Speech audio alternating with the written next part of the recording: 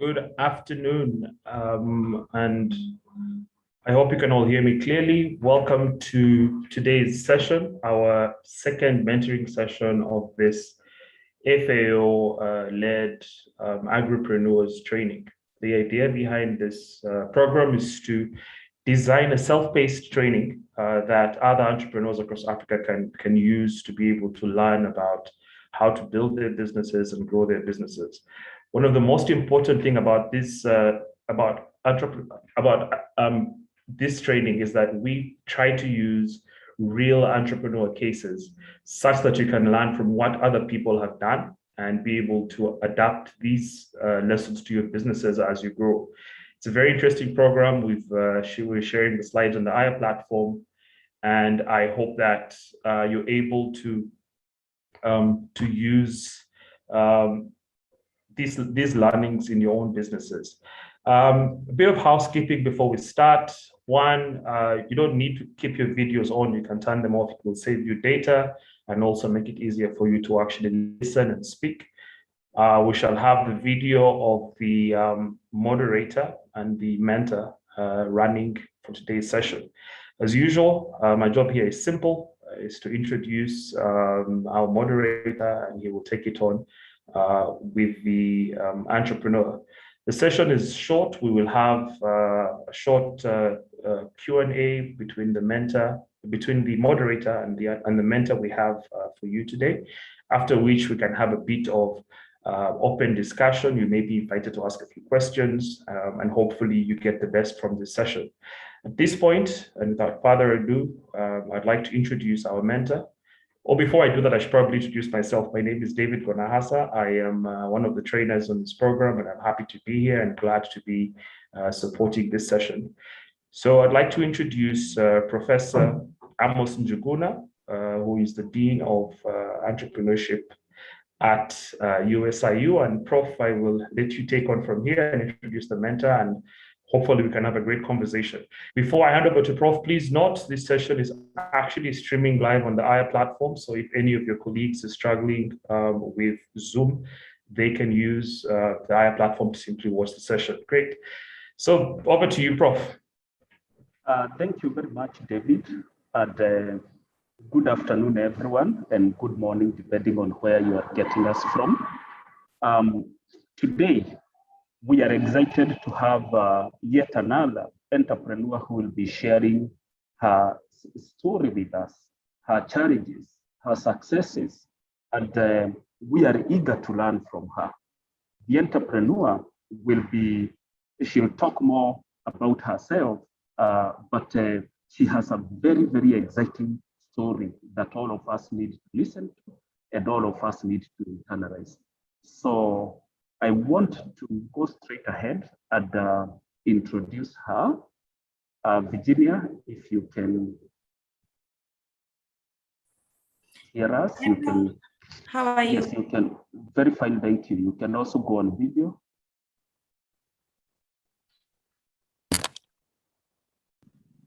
Thank you very much, and welcome to our second session. So today, I want you to do more of the speaking and me to do more of asking questions, if that's okay with you. And okay. You could possibly start by telling us who you are, and possibly tell us briefly about your business. What do you do? When did you start it? And yeah, tell us. Thank you for this opportunity. I feel very honored to be among you and to talk about my entrepreneurial experience. I hope that we will learn from it, and also we learn from everyone in the team, in the meeting. My name is Virginia Thuku. I am from Nairobi, Kenya. I am a fish farmer. I'm a farmer. I started fish farming in the year 2012, around 2012, 2013. And I have been on this journey ever since, of close to around eight or 9 years or more. I have seen growth in myself and also in other things in the industry in Kenya on farmed fish. And it is a real pleasure to be here to share the journey. Thank you. Okay. Thank you very much, Virginia.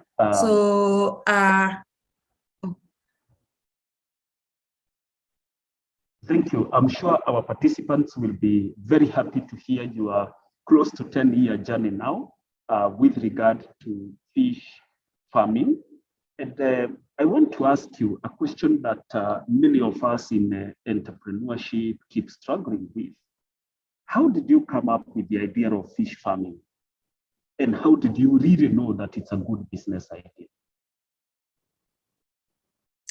So fish farming, when I began, fish farming was not really an enterprise, a business that people would get into.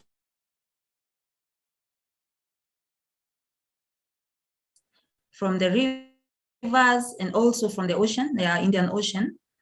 And during that time, there was really no fish farming. If there was any, it was a bit segmented in different big farms who would farm the fish for export. But within the country, it was a bit minimal. So I remember during that time, people are harvesting fish in dams. And in my locality, there was this lake called Lake Naivasha. There was also another lake called Lake Olbolosat, all in the Great Rift Valley in Kenya. And I remember during that time, the lakes were being closed up so that people could be able to, so that the fish could be restocked. And we would have, enough because of the county government wanted to ensure that everybody had the chance to farm fish and to ensure that the small fish were not being, farmed. It would be closed for a time, maybe for 3 months, maybe for more than that or less than that. So I realized that people really loved eating fish. It's only that it was not available. And the fish that was available was quite expensive. I also come from a family where we love fish, whether it is farmed fish or whether it is lake fish or river fish, we just want to eat fish. And it was quite expensive when you find that fish is coming from the lake and there was not enough, stocks. So the price of fish will go very high in the market and we'd find ourselves not having enough fish. So I realized that there was a gap. I may not be the only one. My family may not be the only one that really needed to eat fish. And I remember getting also into the county government and asking them and realized that there was a campaign to have people eat fish. And I got into it and I told them, I'm here, I'm open. I want to also do fish farming. And that's how we began. And they dug, the county government dug a small pond in my farm. It was a 1 acre piece of land that had been given as a gift by my father.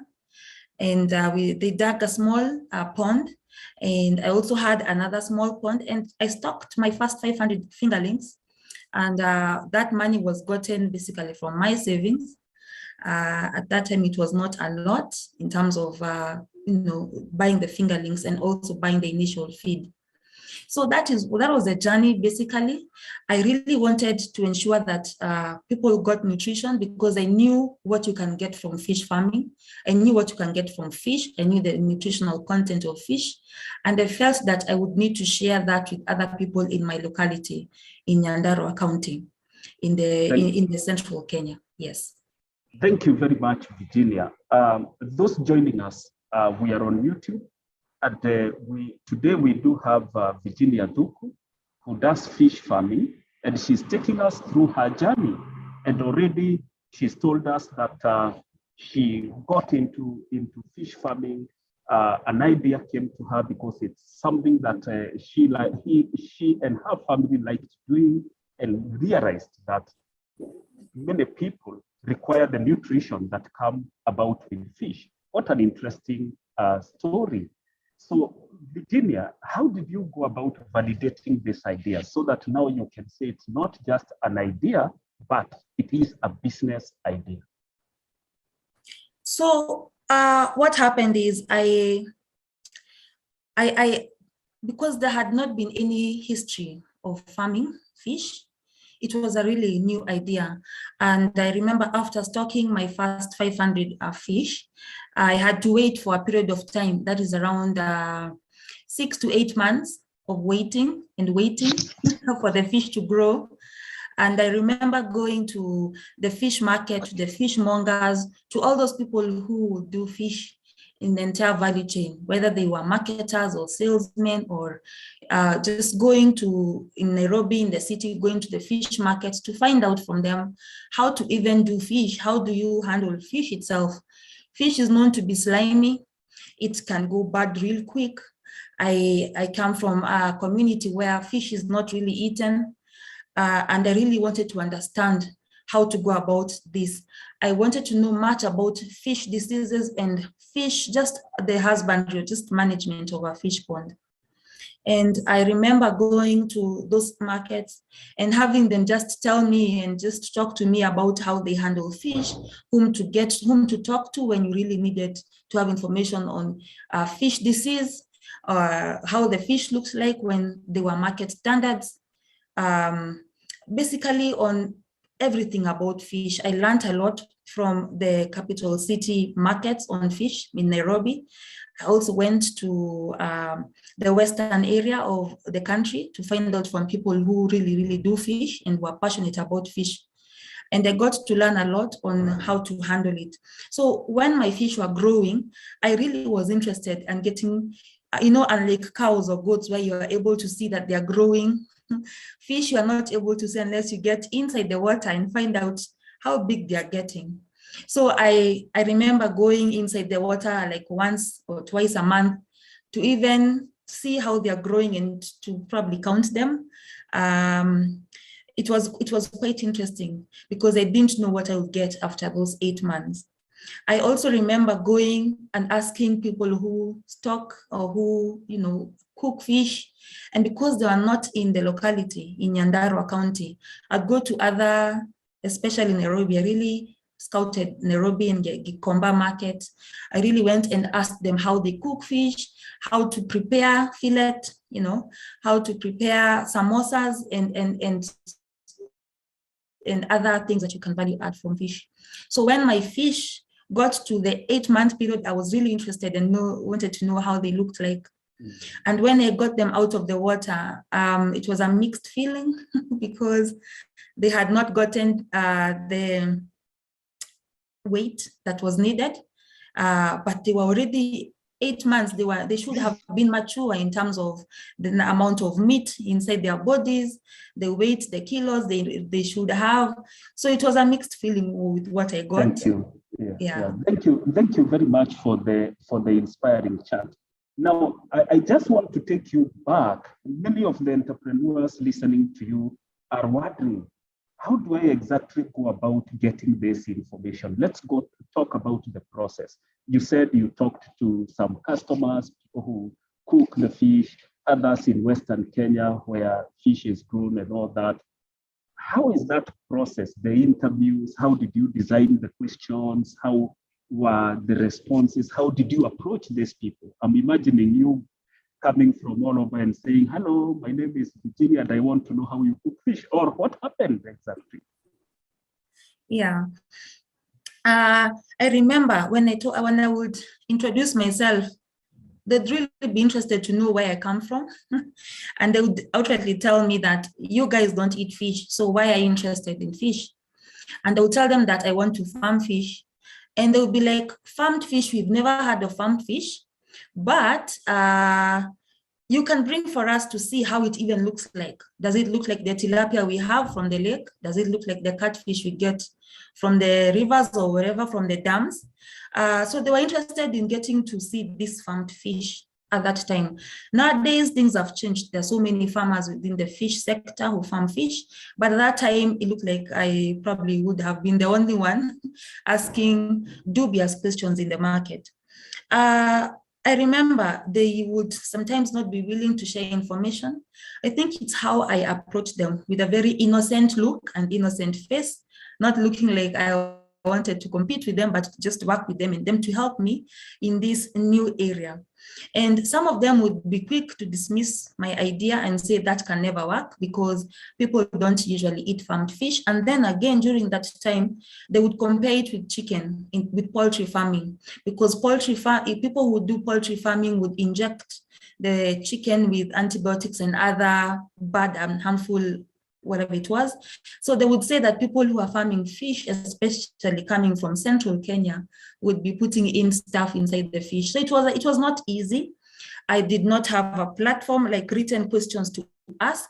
I would let the conversation flow with the fishmonger or with the marketer or with the middleman, whoever gave me time. And out of that, I would get information here and there and be able to know how to approach them after after the fish were mature for the market. Thank you. I believe that after that, now you develop some kind of customer base. After talking to the different potential customers, you came up with some kind of a customer base. And so there is that base that you felt like this looks promising, what we are calling the beachhead market. You felt this looks very convincing, or looks like a market that I can fast attack. How was that experience like, and which market was that? So during the time I was going to the market, I of course would get their numbers. And when I had the fish, I would come and tell them, remember me, this is me. I talked to you last 2 months, and here they are, here are my fish. This is a prototype, this is what I told you I would have. And they would be like, oh, it actually looks like tilapia, it's not common carp. It is not trout. You actually said you deliver catfish, and here it is. So it was quite a spectacle for them to see that you can actually farm fish from ponds. And they would really be wanting to know what exactly you fed those fish. I also remember getting rejects. The rejects were many as well, where someone goes and pretends that you never ever talked to them. And it will be very discouraging as a farmer. And that is where I decided to probably do it in my locality. Maybe these people don't really know how to eat fish. So I remember starting a small kiosk. A kiosk in my locality is a small table and cooking oil there and firewood and your fish, your raw fish, and you are there cooking fish. And luckily, when fish is cooking, there's a very good smell. So you definitely attract people who want to test and see what you're doing. So with that, we're able to get people who are interested to know what this is, what kind of fish. They knew fish was a bit weird to eat because it first had a lot of bones. Secondly, it is white in color. They knew about beef and mutton, which were red. And then they were like, is there any fish that doesn't have bones? So you are there telling them there's catfish, there's mudfish, fillet comes from this kind of fish. And with that, you are able to encourage people to come and just buy from us, which was quite gradual and a steep learning curve, because they needed to also see that we were clean. Fish is stinky, can get stinky sometimes, but with that, you are able to know that what the market really wanted. Thank you very much. What are the market categories? I hear you talking about the different markets, the market in your locality, which possibly is individuals. I hear you talking about hotels and other people who are making the fish. Have you attempted any kind of categorizing or what we call market segmentation in our lesson 2? And yes, how does that look like? Yes, you had to categorize, and it's as simple as someone telling you, the way I want my fish done, I want my fish cooked nicely, fried, or I want it with soup, or I want it. It's as simple as that, getting to know what your customers want. Also, the restaurants. The restaurants want either cooked fish, or they want raw fish, or they want value-added fish in terms of the fish fillet. So over time, we were able to come up with different people and what they wanted. When we would take it to Nakuru, or we take it to Nairobi, the capital city, we'd also know who we are taking to. Like if I would take to someone called Grace, I knew this is the kind of fish she wants. She wants this sizes of fish. She wants this weight, so that when I deliver them, it's not a matter of haggling. You already know what you want. So we had around 4 or 5 different packagings, different customers, some who wanted this 100 shillings fish worth of fish, or others who wanted a kilo of fish. So we got to know who wanted what. And that's through the interactions that we had. And because we would deliver them, we'd have them coming every single week and also giving us referrals. So with time, we're able to know who wants what. Thank you, Virginia. I can see Paul Atsue saying, great, it's very insightful so far. People are getting excited. We are getting good comments here. And people are really learning. And so far, I've also picked 2 quick points that I can bring on board. The fact that you went that extra mile to confirm that these people can actually buy my fish when it is ready from the fish pond. The fact that after it was done, you even went to say, here it is, I've come to deliver what I promised that I would actually deliver. And the second point is on segmentation, that you learned that different customers require their fish made in different ways. They require their fish supplied in different ways, which we are then saying is some kind of segmentation. What have you learned about this segmentation so far? And what are you seeing as the emerging issues with regard to segmentation of that market? With time, we were able to see that what was emerging, what was coming out, is that fish was becoming popular, unlike before. People were able to see, oh, this is not poison. This doesn't look like a snake, actually. It is really good. It is tasty. It is nutritious. It's good for our children and for the elderly people. Especially in my locality, in the central Kenya, people are used to just one kind of food, one kind of protein. And when you bring in fish and aspects of fish and telling them, you don't have to eat the fish as you look at it, the slimy thing, this is how good it is. So we were able to be in the space where we were changing people's, people's way of thinking. Over time, we have seen that even as a farm, we have grown. We started with just cooking fish. We started with just having the raw fish there to display, but we have gone on to even value add, because our expansion has been market driven. It's what the market says, really. It's what your customer says, and say, could you just give us samosas that are made from fish? Could you just give us sausages that are made from fish? Could you just give us another way that we can cook fish instead of the usual frying? So we have really been able to learn based on our customers and what they want. And over time, we have come up with different products because once we get to know what they want, we honestly go to Google and see what other people are doing in other regions, in other countries, and that is what we bring to our clients. Oh, thank you. You are now making me feel like I want to have a taste of that. And I'm sure maybe most of the members of those who are listening are feeling the same and saying, I need to do this for my business. I need to do this, and which is the right thing to do. And Paul is really asking that you seem to be very customer focused. And then his question is, as an entrepreneur, how do you manage the knowledge for the customers or clients? I'm thinking that his question is still towards you are learning new things all the time. How do you incorporate them in your decision? How do you incorporate customer the information you gather from customers within your decision-making process to be able to satisfy the customers in a better way? Bottom line is to know that customer is king, really. If it's not the customer, then you're really not there to do anything, to do business. That statement can sound very cliche, but when you look at it, actually, it's the customer who makes you do what you do. They are able to give you feedback, so you have to be open to feedback, whether it is positive or it is negative. You also have to have good customer service, yeah, so that people can be able to see that you're clean, you listen to them, you give what they want.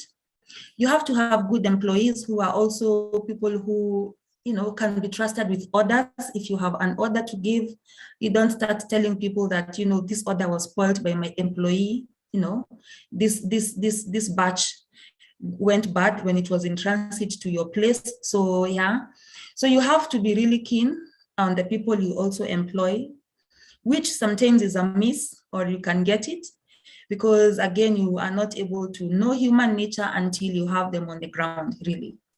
So that's a place that you have to be really keen on. In terms of the customer base, well, I have to also have books and records that I keep to know that this kind of customer, I deliver fish on this date, I deliver fish this way, I deliver samosas this way.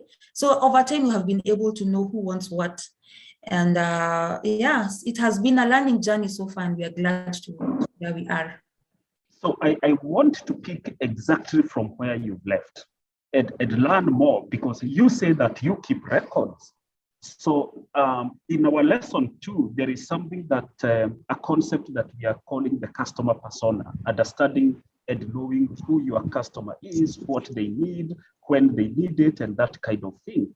From your record keeping, are you able to describe to us how you've done that?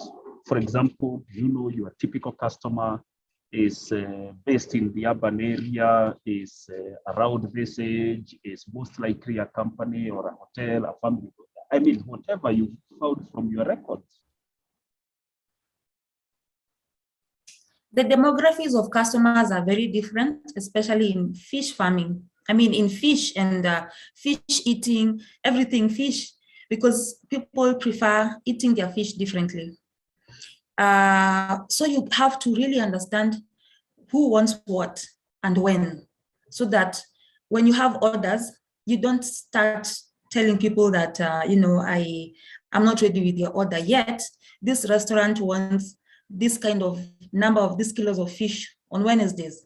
This other restaurant wants this number of fish on Fridays. So you have to also ensure that you have that number of fish in your ponds ready, so that at least when you go to farm or when you go to give your orders, you don't start saying we don't have that amount of fish you want. Also, in terms of cooking, we have known over time which client wants cooked fish, how they are cooked, because the kiosk we had has kind of expanded to something bigger. It's no longer a small place. So over time, we have been able to come up with something bigger and get to know what most clients want on which days. To avoid losses also, you may realize that you don't cook this kind of fish every day, because you now know that if you want people to eat fish fillet, you tell them we cook it on Monday, only Wednesdays and Fridays. So that your customers get to know that if I want to eat fish fillet, I'll do it on this and this and this date, and it is fresh, it is well cooked, will not get stomach upsets. So you know that your customers are really getting a good deal. So these records helped us to be able to know who wants what and when, and how we can give that. Yeah. And how would you describe your typical customer? Who is your typical? My typical customer is that one who is nutritional, who really wants to be, you know, to eat good things. They want to have red meat, of course, but they also want to eat white meat. My typical customer is also one who knows what they want from fish. So even if you sell the fish at around 500 shillings, that's around $50. If you sell that, they know the value of that fish. They know what they have there is a real deal. It's not something that has been, it's not different from any other. You know them very well. The customer who we have is someone who knows us, has been consistent, has been referred to us, and for sure they get the value for their money. Thank you. So what I'm getting is that the more you understand the customer, the more you are able to be responsive to them, and the more you are able to provide what they actually need, in return for which you sustain your business. And so that customer persona element is extremely useful. So before I come back to you, I will first open it up, maybe to my other colleagues, if they have some quick questions or comments to make, then I come back with my last line of questioning. For the audience, please feel free to type on chat. Feel free to type on chat if you have any questions. At some point, we'll also give you an opportunity to ask a question or to make a comment. In the meantime, possibly more, are you there? I could give you the opportunity to interact with Virginia. Thank you. Thank you, Prof. Hi, Virginia. Very interesting conversation indeed. I hope you can hear me clearly. Yes, I can. Good. I just want to help Prof summarize some of the points. We can do a quick summary together and relate what you said to our lesson of the week, if that's okay with you. Yes, that's okay. Great. So I know you wanted to do something after graduating your undergraduate studies that is unique and has potential for growth. And then you started you had this assumption that you got from your own experience, because you and your family love fish, but you cannot find affordable fresh fish easily. So you had this assumption, but my question is, why not poultry or red meat or something else? Because I know you didn't know how to you had to go and learn about fish farming afterwards, no? Yeah. So why not something else? Those times I would sum it as young and reckless.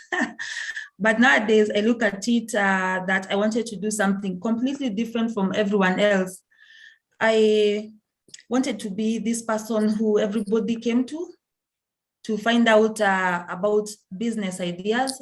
In my mind, I wanted to be a consultant of sorts. I didn't know, in my locality, people do dairy farming, people do sheep farming, people do potato farming, but nobody does fish. During those days, they would not do fish. So I wanted to be this unique person who gave something unique. I didn't want to be like everybody else. I wanted to have this one thing that people did not have, that I had seen and I thought would be a good market, a good idea, because from what I had done, from my small asking questions, I had realized that there was potential for growth, because people ate fish, but it was really in different localities. So I knew that if I brought fish in my locality, in my area, people would definitely want to have it. And because they are meat lovers, they love meat, they eat meat, I knew that they would take this up as well. But it was also a risk, because this had not been done before, so I had no one to learn from. I had no one to ask questions. And I remember going to YouTube and to Google and just Googling as simple as how to handle fish, why is my fish behaving this way? Especially if when I find fish going up near the water, I'd go and Google, why does fish behave this way? And with that, I was able to learn a lot. And I realized that getting into this really helped me as a person and also as an entrepreneur, because my dream of having people come to ask me questions, actually, it came up because when the economic stimulus package reached the area, our central Kenya, I'd have potential farmers, potential group of women and men and youth coming to ask me, so how do you do this? And at first I would not charge them a bit, but I realized I should charge. So I started charging them per visit. And that was another stream of income, which I was very proud of. Yeah. That's great. I think you said so many things. So first, you were innovative. You didn't want to just copy paste what other people are doing, which is great. But you could see that there's a risk, but you didn't just you manage that risk. And I'm going to come to that in a bit through your experimentation process. But you also had so this opportunity, you understood, you had the assumption that there's demand for it, but it didn't quite match your own resources, which is creativity, knowledge and skills and all these things. But you could see that you could learn some of these things. You didn't have to have them, no? You went on YouTube and you looked at what is this crazy behavior that the fish are doing. These are all great, and you also had self-starting behavior. You didn't wait for anyone, and you initiated yourself. You're learning. So these are many important things we teach this week to our agripreneurs, and I hope they're paying attention. That you have to be creative, you have to be self-starting, but you also have to look at the market, the demand, and then look at your resources. So from the market, you had the assumption that people will demand fish because they eat meat. You and your own family love fish, etc. And then you went through a process of experimentation. You took a prototype to market to show the people that, look, this is my prototype, and it looks just like the fish that you catch from the stream or the river. And you had a small kiosk in your locality, where you can get feedback, you can test the market and have conversation with the customers. So all these are sort of experiments that you did throughout your journey to verify your assumption. So I assume that with time, now your assumption became a reality, because now you had this assumption that people will demand fish, but now in reality, people are actually eating fish and buying more fish. Yeah. I'll tell you something I've also not mentioned during the experimentation phase. I realized I didn't have enough money for fish feed. The feed was very expensive. It was not found locally. I remember I went to an agricultural show somewhere in Nakuru Agricultural Show, and I remember finding the local parastatals, government parastatals, and asking them, why don't you, supply feed? And the best they could have was feed from Israel. And I remember I had to buy, because my fish did not have feed then. I remember I had to buy a bag of 25 kilograms of fish feed for around 3,000 Kenya shillings. That is that $30 or $3? Yeah, I remember. Yeah, $30. $30. It was extremely expensive at that time. 25 kilos was very little for the fish I had, but I had to buy that because there was no other way I could get fish feed, a good fish feed. So I realized that here I needed to do something. So I went online and just Googled, what do catfish eat? And I remember seeing that they eat worms. And that's how I got into red worm farming, because I went and then I started searching on where do you find red worms in Kenya. And through that, I got a farmer who farmed red worms then and would propagate them for vermiculture and vermicompost and all that. So my real reason to get into red worm farming was to be able to have fish feed for the catfish. Catfish are carnivorous and they eat generally everything. So with these red worms, I was able to supplement the diet. And that's how I was able to get into red worm farming without knowing, and also starting to make my own feed. So I would find out what kind of feed is good for fish, what protein content they needed, what vitamin or whatever it is they needed. And with time, I was able to even come up with a small machine. And this small machine is the one where we do mincemeat, where meat is put and then you mince it, yeah, for purposes of eating. So I would put that and mince to make it palatable. And then I would put it inside the fish pond. and the fish would eat, but most of it would go down. And I know farmers when this can understand what it means by having sinking feed. So the feed will sink down to the bottom of the pond. And that created a whole other scenario because the water would get dirty and we'd have challenges with fish diseases. So over time, we've been able to come up with the right formula of fish feed. So I remember that issue of red worms because it is not known. In my locality, they would come to the farm and see that I'm having worms and they'd wonder what kind of person this is. But when they realized that it was because of the fish feed and it was used especially for the catfish and mudfish, they were able to understand where I'm coming from. And that's really interesting. And another example of being self-starting and not waiting for others and being very proactive. I wanted to ask you, are you selling red worms to clients, other fish farms? And are you making a profit out of it? Actually, it's one of our best revenue streams because with time, actually, as late as before the pandemic began, 2019, we'd have students coming all from the entire country just to come and borrow some of that to be able to do the experiments. Undergraduate students and master's students in some of the leading universities in Kenya who are doing degrees in sciences and wanted to understand much more about red worm farming. So they'd come and buy the red worms from us so that they can go and do the experiments. Also, now fish is widely known, fish farming is widely known. I supply red worms to farmers who especially who want to supplement the feed because red worms are really have a good protein content. So that is a good revenue stream for us right now. And also the waste from the red worms is extremely nutritious and has helped us in having our organic farm where we do horticulture with no chemicals, with no fertilizers. And that has helped us to come up with that and be able to sell that in the organic market in Kenya. That's a great complementary business. And this is an important lesson for the agripreneurs that once you are in the marketplace, once you keep experimenting, you might find out better ideas than the one you started with. My last question, Virginia, is on future thinking. We talked about, sorry, just two last questions. We talked about self-starting and we had a few examples. And you also, in terms of future orientation, you have noticed a trend that you talked about it, where the fish stocks are dwindling due to the high demand, and sometimes they have to close the fishing so the fish can restock.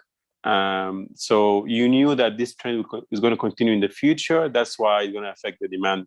So this is a great example for being future oriented and looking at the future trends. In terms of perseverance through challenges, I think you had many challenges. The one that stood out to me is that you had many rejections and it was discouraging for you at your start. But you managed to pivot into something else. You managed to then forget about these markets and go focus on your own locality and creating demand, actually, because people didn't eat fish. As I assume, it must be very challenging. It's someone who to explain what is a fish and then create that demand. So this, I also think it's a great example for persevering through challenges. Mm-hmm. Yes, thank you. Yeah. Mm-hmm. Prof, I hand back the conversation to you. Thank you. Thank you. Thank you very much for the insightful. Actually, I've got nothing else to add in terms of our perspectives for lesson 2 more. You've really put them very well. But I've got, before I come to Fred, I know Fred is preparing to maybe clarify a few things. But before I come to him, there is a question there from Matthew, who is asking, how do you keep constant supply to your clients, especially when you have high orders, taking cognizance of the fact that the fish takes a bit of time to put on? How do you keep this?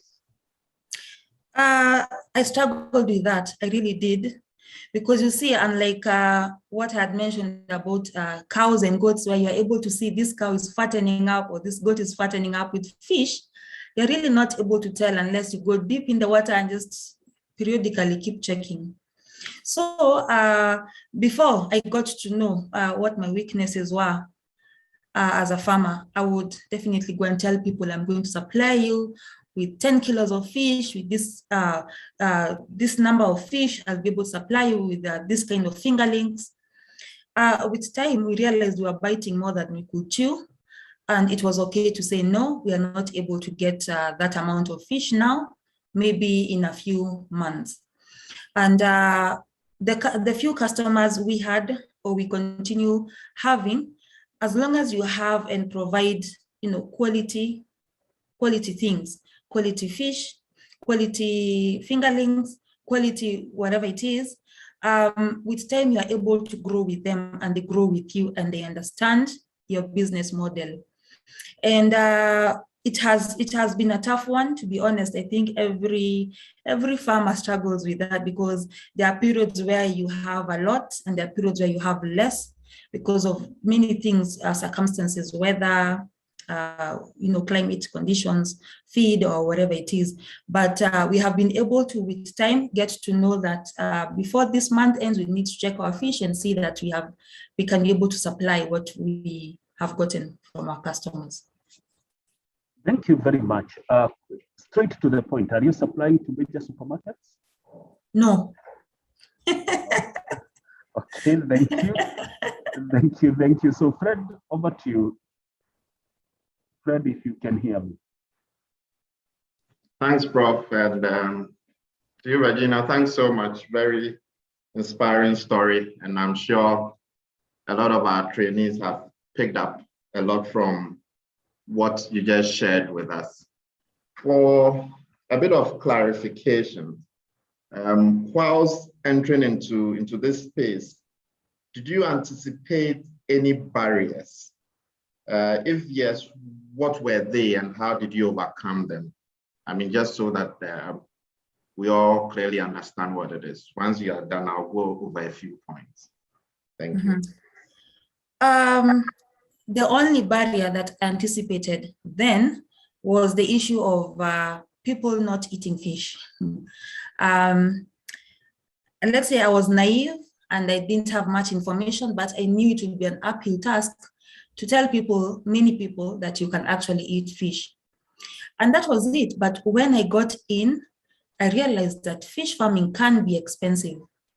The little money I had dwindled quite fast, because I realized I had to stock fingerlings, I had to keep monitoring them, I had labor costs to be, to pay the worker. I also had, having people coming to the farm to just check on the fish. You needed to give them a tip here and there. So I realized that I needed money. I also realized that, the feed, initially, I thought, I actually had gone to Unga Feeds and others that are in the market, Sigma Feeds, and got to realize that they can actually give fish feed to me. But when I gave that fish the feed, they were not doing as they should have done. So that is not a risk I had anticipated. But when I was into it, I was able to come up with, the worms, and the story starts from there. So when I think, I would say, as a farmer, that some things, if you overthink them, you'll never be able to do it, to do that idea. You learn through the process, as long as you start somewhere. Just start small and keep having an open mind to learn, because some of these risks, I had not known about them until when I was in it, to be able to know that, wait a minute, I needed to have done this and yet to have done this. Of course, time was also of the essence, because this was a cold area, and I had not known that you needed to have different kinds of fish for cold areas, like trout, like catfish, like mudfish. So here I am with tilapia, tilapia doesn't do very well in cold weather. And I would wonder why my fish are not growing. After every month, they should be this weight, they should be this weight. I came up with the greenhouses, where I would construct a greenhouse on top of the pond. And this would ensure that there was a bit of, same conditions in the pond. The water would be a bit warm, the place would be a bit warm, and the fish were a bit comfortable. I would also know, and I didn't know this bit, that water can be very, very, very cold. Sometimes it will get to 5 degrees Celsius when it's coming inside the pond. You know, the way you structure the pond, it's the inlet and the outlet. So some fish would die because the incoming water was very cold, icy actually. So I had to learn how to warm the water first before it gets inside the pond. And it was a learning curve for me. And we did it. And right now we can say we are able to know how to handle and how to ensure that the temperatures remain the same. So in a nutshell, the risks are there. I would say nobody to get discouraged because of those risks. But once you get to know them, you will be able to know how to maneuver them. Right. Thank you very much. So for agripreneurs, we've heard Virginia's story around some of the risk or the barriers you may encounter. I mean, in business, it's bound to happen. So you need to anticipate what your barriers are, which is what Virginia did. She tried new ways and different ways to overcome her barriers. Again, she didn't give up, which is something that is very, very critical.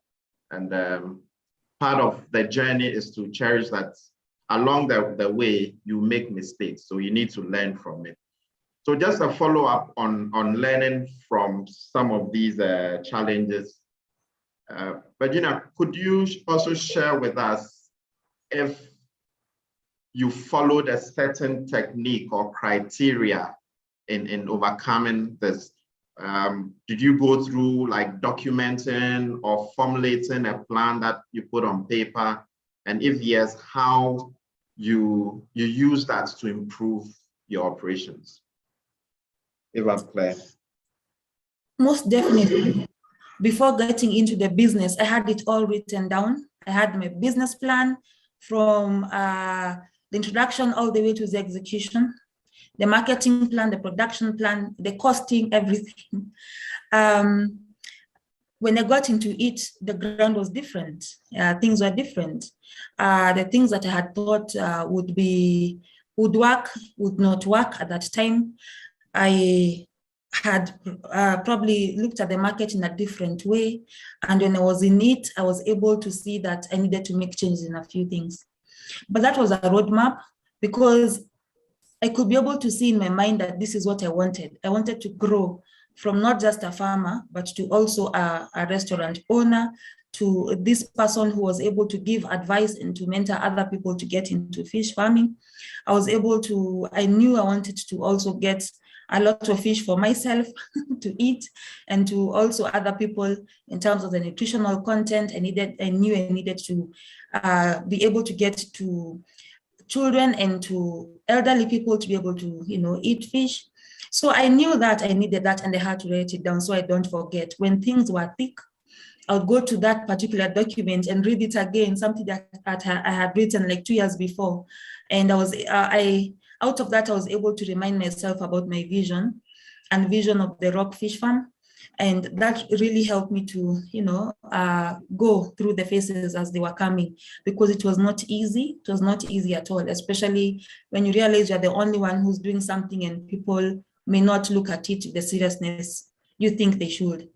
So it was not easy. The business plan helped, although I had to learn not to be, to be on it. I had to learn to be flexible and to change as things unfolded, and to learn also to get information from wherever, even if at that point it looked a bit not necessary. I learned to also go and ask for help from especially the the government ministry officials. I learned a lot from fish diseases. About fish diseases and why fish are behaving that way and all that. So my business plan really helped me, although in like 2 years and 3 years, it was completely different from what I had initially. So I'd urge farmers to be flexible based on how you go and see things are. keep changing as time is coming, keep changing from what your customer is telling you, keep changing so that you have the product that is needed in the market. Right.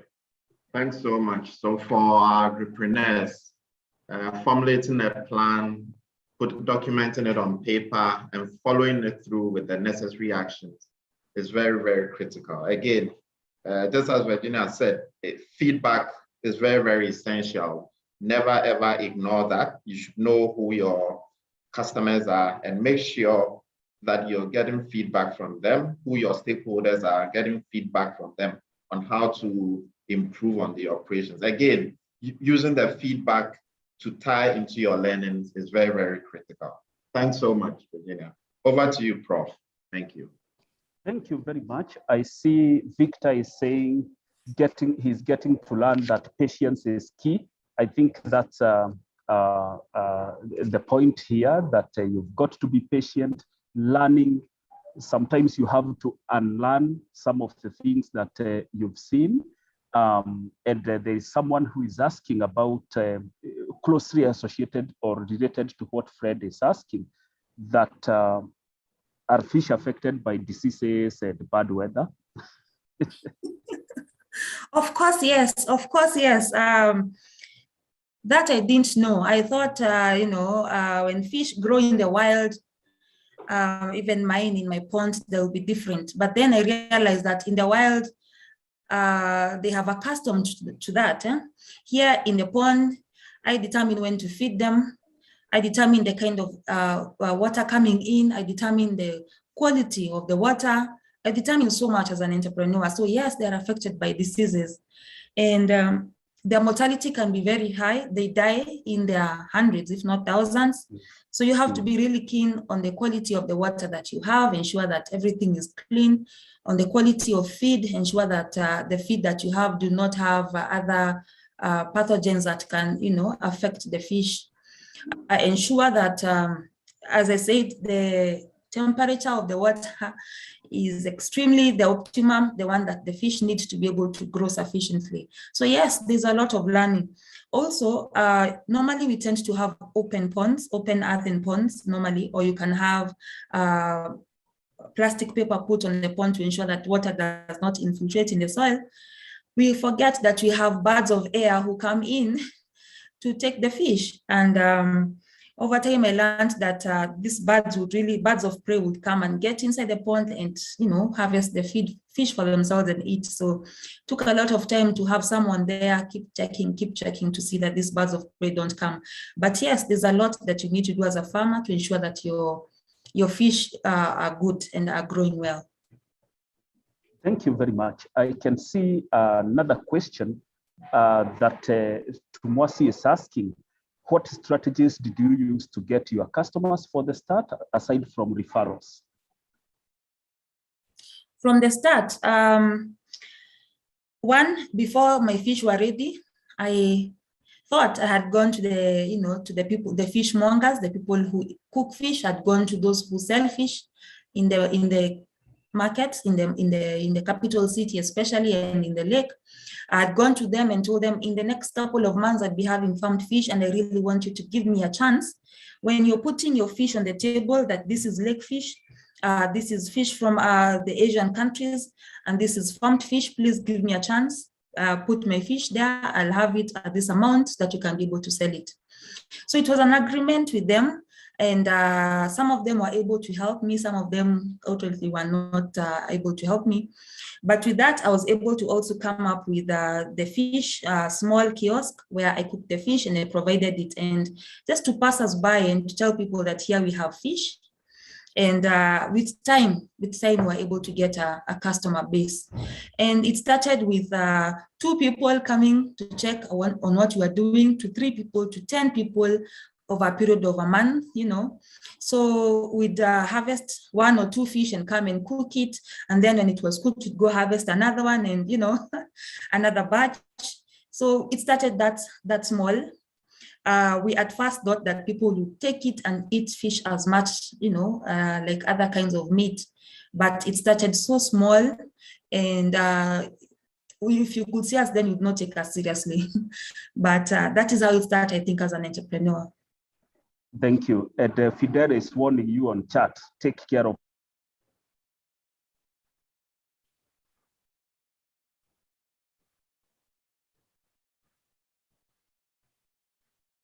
monetary results too. It's also is keen to know how much.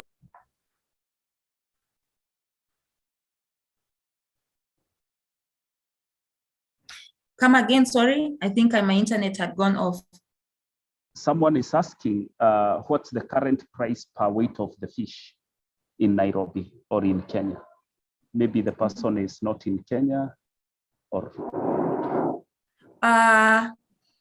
Sometimes they go with the sizes. Yeah, they don't measure them in terms of the kilos, the whole fish itself. What they measure in kilos is like the fish fillet, what you have added value on. So like the fish fillet can go to around 900 shillings to 1,000 shillings. That's $9 to $10 thereabout. That's a fish fillet per kilogram. For purposes of the fish, the sizes, a size can go from as low as 100 shillings, that's $1 to around $8, that's 800 shillings thereabout, depending on the size and how much, how healthy the fish look. Yeah. Thank you very much. Maybe David, are you there? Maybe you can possibly, if you have a question or so. No, don't have any questions. I think it's been fairly well covered. So I will ask if you have any final comments. I'm sure we've kept Virginia longer than that we're supposed to. And I'm very grateful for it's a very insightful conversation. So yes, you can just finalize it. Thank you very much to our trainees, our entrepreneurs in the house. You can see we have got a very exciting series and where we are picking the content that you are doing on self-paced and then bringing it, having this conversation. So thank you for joining. And I really want to wish everyone well. And I know that the next lesson 3 will even be much more exciting as we look at other aspects of the course. So thank you. And to our entrepreneur, Virginia, continue doing the good job at mentoring aspiring entrepreneurs. All will be, we can only say thank you very much for sharing knowledge, and we'll keep in touch. So over to you, David, for winding up. Great, thank you very much. Thank you very much, Virginia, for making time to speak to your fellow entrepreneurs. We really appreciate your commitment to this. Victor, you'd like to get Ms. Tuku's contact. Is that okay for us to share your contact, Virginia? Yes, it's okay. Okay, great. So what I'll ask you to do, Virginia, to do it yourself and just type your email in the chat. That way everyone can receive your email and be able to engage with you. For the entrepreneurs, as for the agripreneurs, as you know, we are using the Aya platform to run this training. On the Aya platform is where we share the training slides, and also we expect you to engage on the Aya platform. You've been split into groups, and I'm sure you've received notification on which groups you're in. And the expectation, I'll just quickly share my screen to give you some visibility. And also then if you have any questions, we can probably set up a more detailed engagement around this. So this is what the Aya platform looks like. On one part, you have the activity feed, and there's general activity in here. When you go down here to topics, you can then choose which of the 2 groups your value chain, which two of the groups your business fits in. Of course, this is based on the value chains. And in here, you will find a series of exercises and questions. And the expectation is that you should comment or answer these questions within this particular chat. And also, we want to see a lot of engagement. As such, what needs to happen is you should go in and respond to at least 2 comments of your colleagues. And this is based on the value chain that you are in. We shall run an additional session to give you more clarity on this in case you have questions. So please feel free to ask if you have any questions. Remember, go to the IR platform you're probably already on, and then go to the topics and follow the group that you are a part of based on the value chain, and then respond to the exercises in here. Remember, you won't be able to graduate unless you actively respond to these exercises and to these questions. With that said, I'd like to see if there's any questions in this regard, which we can quickly respond to, or any challenges that you may be facing at this point.